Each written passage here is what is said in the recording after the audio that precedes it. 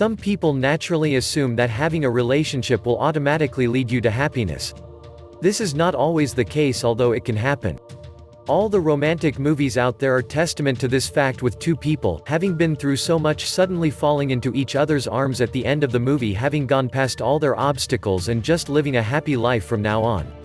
All of this looks like a bit of a fairy tale in the grand scheme of things and quite unrealistic. Unfortunately, there are quite a few people who end up in bad relationships, like the many divorces which happen each year. The main thing that forces people to keep working on their relationship is love, which encourages them to keep fighting things. Some people just need to be with a spouse for the companionship. It is almost like an obsession. They have an intrinsic desire to be with another person and human company, and they are perhaps afraid of the consequences of not being in a relationship: loneliness, sadness, rejection, and possibly financial trouble. However, it is a great thing to have a happy relationship, as it can make you much happier than you were in the past and give you a fresh perspective on life. However, what if you had a really unhappy childhood where you felt unloved and like there was no one there to support you, with only your own doubts and other negative emotions to keep you company instead of having access to a warm and loving environment?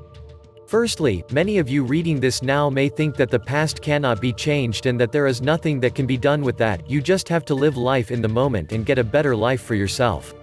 Unfortunately, this is not always the case. Our mind has the capacity to record every single second of our lives so that memories and negative habits can be left there permanently and can be quite hard to shift. They can affect our thoughts and actions in the present moment so that we are still living in the shadow of our past. If negative events are too traumatic for a person, then it must be disconnected from their conscious mind, so that person can move on from life and just be happy.